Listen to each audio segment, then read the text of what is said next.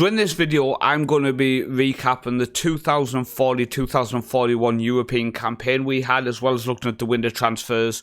We will also look at how the league campaign has gone so far, because some people have asked for that in these videos, and I think it is a smart plan. Instead of doing the whole season review, we can kind of focus on them summer transfers and end of season in them next videos. So let's head over to the Football Manager screen and let's get into it. Make sure you have subscribed. Over 50% of you are not subscribed to my channel. What's going on? I mean, I guess we could also ask is where are the subscribed people and why not watching this series? Maybe I need to do shorter form series. Let me know. This is just an intro. You better believe it.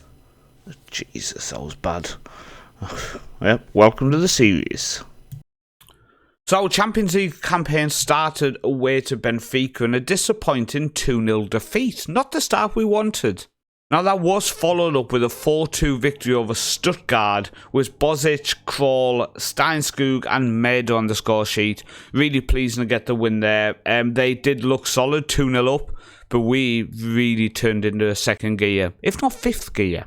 That was followed up with a home draw to Napoli. I was really pleased with that, to be honest. Napoli are a very good side. They have been a bogey team of us in Norwegian clubs, so really happy to get the draw there.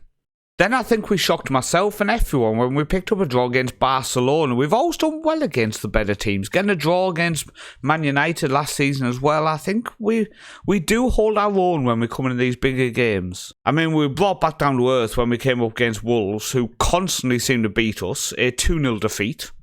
But we did end the year with a 4-2 victory over Austria Wien, with Kroll getting a hat-trick and Murder on the score sheet again. We ended the year fairly well and I was pleased with that. It's nice to pick up that kind of result because at that point we were on the brink of going out if we didn't pick up some wins. So that took us into our winter transfer window.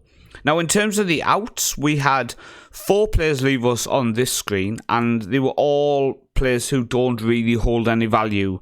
Vestheim, Lervig, Lund and Acosta, all backup players, reserve players, youth team players. In terms of the ins, we brought back our goalkeeper. So Jakob Blixt Nershem joined us again. After we signed him from Valerenga for 5 million, sold him for 10 million plus 50% next sale to Cordoba, we signed him back for 10 million, which ended up only costing us 5 million because we had the 50% next sale on him. So, yeah, I felt like we were lacking. Our South African goalkeeper just wasn't good enough. He made a few really costly mistakes in games. So I just felt like this signing was something we had to make. And Cordoba had been relegated to the second tier in his first season. So it just made sense to cash in and bring him back. So the next sign we brought in was Maliko Keita. Now we signed him for 240k. He looked okay. I signed him when he was only 17, but obviously due to the age, we had to wait for him to come in. He's signed with the idea of loaning him out for a couple of years, and hopefully he ends up going to another club in Norway. I don't think he's good enough to play for us long term. He does have some good attributes. Maybe he will impress, and we end up keeping him around. But for now, it's with the idea of him moving on to another club in Norway. The next signing coming in, over Benjamin Paulsen Vasthorg. We signed him with the idea that we were short in defence. We only had 4 defenders and we do need 5. Brought him in for 3.5 million. He was at odds and they did push us really close to the title last season. And he was their best defender by a mile. Now, he's also been brought in with the idea that away from home, we're not going to play that libero in the centre of the 3 and play with more of a no-nonsense central defender to just be more solid in them tough away games. And he comes in with that idea. And I think it was a good signing. Now, moving on to the next screen, we didn't sign anybody else after that, but we did sell some people. So Bowers, our South African goalkeeper, has left us. We had him for, 2 seasons, signed for 350k, sold him for 1.8 million plus 50% of next sale. A foreign player as a backup keeper is just not going to work. He's taken up one of them 9 slots, so we've let him go. And then after that, it's all just loan signings, loan sales, sorry. The biggest one I would say is Svekov, the young Bulgarian international who we signed, defensive mid. Gone on loan Lillestrøm. Not actually playing for them at the minute, which is a bit annoying. but we'll keep an eye on him and see how he develops. Again, we paid 100k for him, if you remember. We're definitely going to make profit on him. So we had 2 games left of the group stage, and we started off against Atletico Madrid and got a 1-0 victory with the 89th minute winner, which saw us basically secure qualification to the next round. We then picked up a draw on the final day of the group stage. Really pleased. Anthony on the score sheet. By the way, after we renamed Anthony instead of Anthony Evans, feels very Brazilian. Feels like I got a proper Brazilian in attacking mid and not just a English guy. And then Kyle in centre mid just sounds so British. It's unbelievable. But that draw did secure us qualification, and we came up against Napoli in the knockout round. And Napoli being Napoli beat us 3-1 in the first leg. It was away from home. That third goal was a killer. Really disappointed. But we had to go back and go super attacking in the second leg. It could have gone either way. We could have either smashed them or got smashed going attacking. And we won the game 3-0, which saw us go through to the next round. Anthony, Kroll and Murder on the score sheet. 3-0 victory over Napoli. 4-3 on aggregate. And we were in to the round of 16. And in the round of 16, we came up against Manchester City, a game where, honestly, I thought we were going to get smashed home and away. But we beat them 2-0 at home, with Kyle and Kroll on the score sheet. A 2-0 victory at home meant as long as we could be respectable away from home, we would be in to the quarterfinals. And in the next leg, we lost 2-1, but that 2-1 was enough to see us go into the quarterfinals against PSG.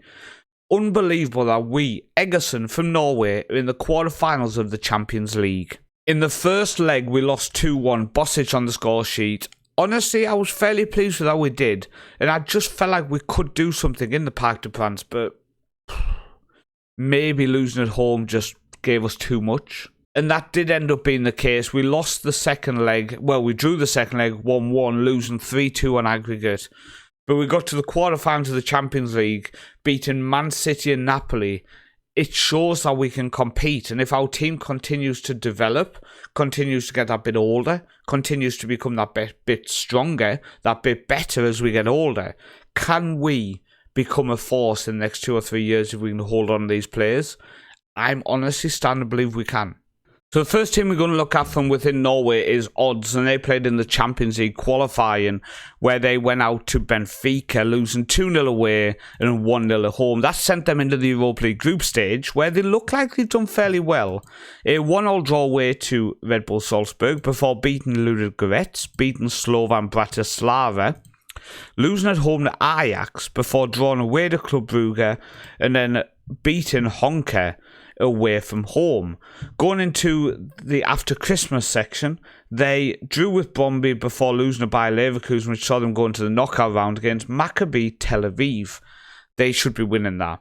But they lost 2-0 away, 1-0 at home, and went out in the knockout rounds when they really should be picking up the win. Maccabi Tel Aviv in the knockout rounds, Odds should be doing something in that game.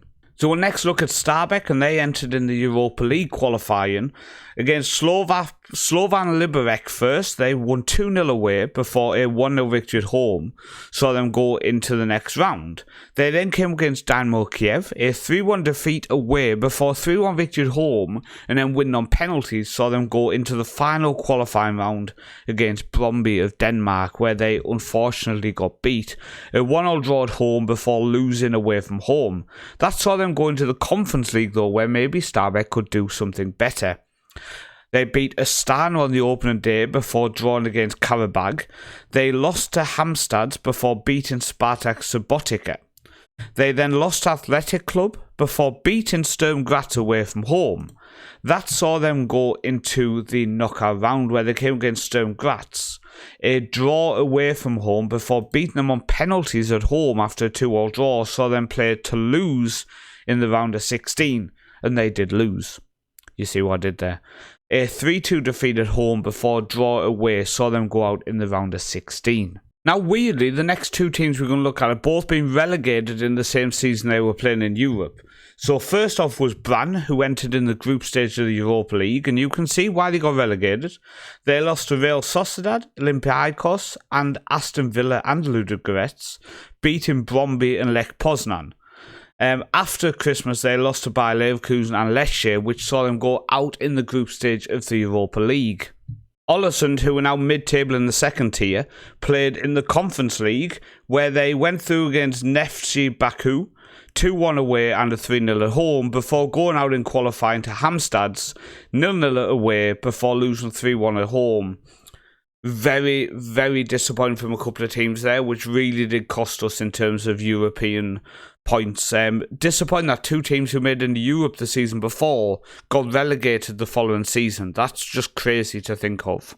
So in terms of how that affected things, the league has dropped down to 10th, so another up and down yo-yo season. We've rose up 5 places to 25th. And coefficient-wise, we have stayed in 9th because Denmark jumped ahead of us. Turkey have dropped below us again. Denmark dropped ahead. So we've ended up staying in 9th place. And the bad thing is, we are going to start 4 points behind Denmark this season. And Turkey also start ahead of us. So we really need to have a good, successful season coming up in European competition because that's a big difference. 4 points over Denmark. 1 point we've got to gain back over Turkey. We need not just a good season for us, but the other clubs in Norway really do have to step up, or we could be dropping down to 10th, which is a big hitter. If we drop down to 10th, we do lose a club being in the final qualifying spot in the Champions League. It stays the same for Europe. Although I do see... No, forget about that. It stays the same. Everything else stays the same. But it's just that spot in the qualifying for the Champions League will drop down to the third round instead of the playoff round. Now, something we've not looked at in previous episodes like this is how we started our league campaign. But let's have a look at it, shall we? So, we've been really successful. It's our best start in a long time. 1 draw to Valerenga. Apart from that, we've been picking up wins. And we've looked really, really good. Now, currently then, we are sitting top of the league. You can see we've won 10, drew 1. We are 6 points clear. And after a few bad seasons in terms of being dominating, it's nice to see that we are very, very solid in the league this year. I have adjusted our tactics. This is something we're going to follow throughout the season.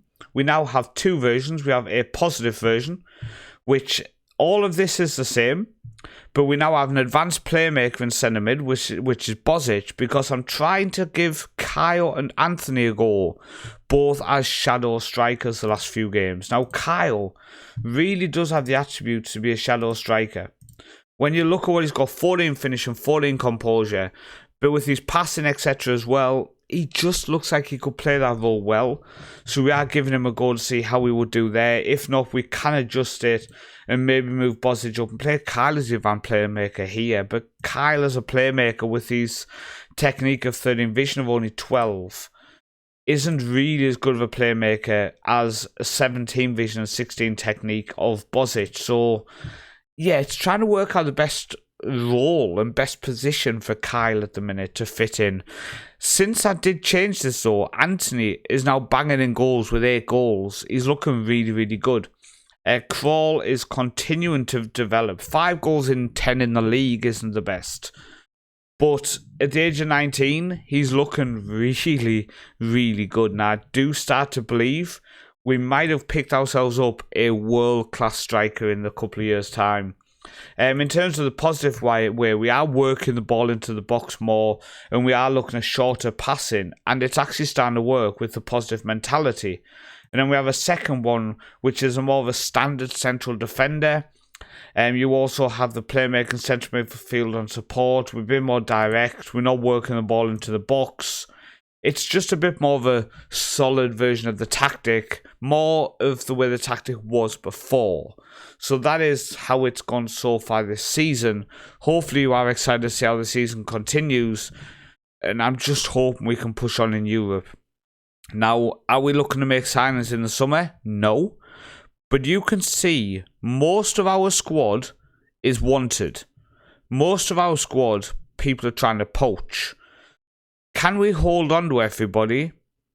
I'm a bit sceptical. So we're going to see how it goes, see if we can hold on to people, see if we can continue to develop this squad.